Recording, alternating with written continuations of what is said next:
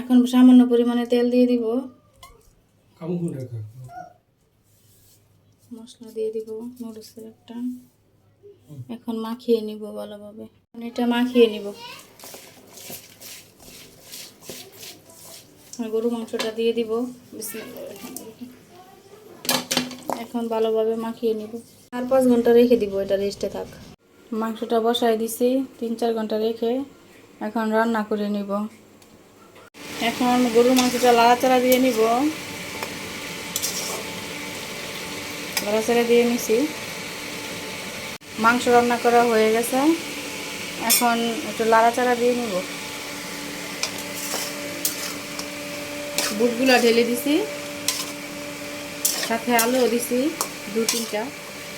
এখন এটা ভালোভাবে কষিয়ে নিব।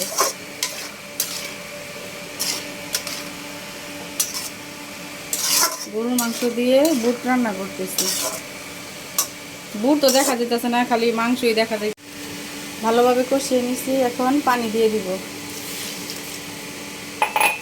পানিটা শুকিয়ে নিব। এখন বুটটা রান্না করা শেষ, এখন নামিয়ে নিব।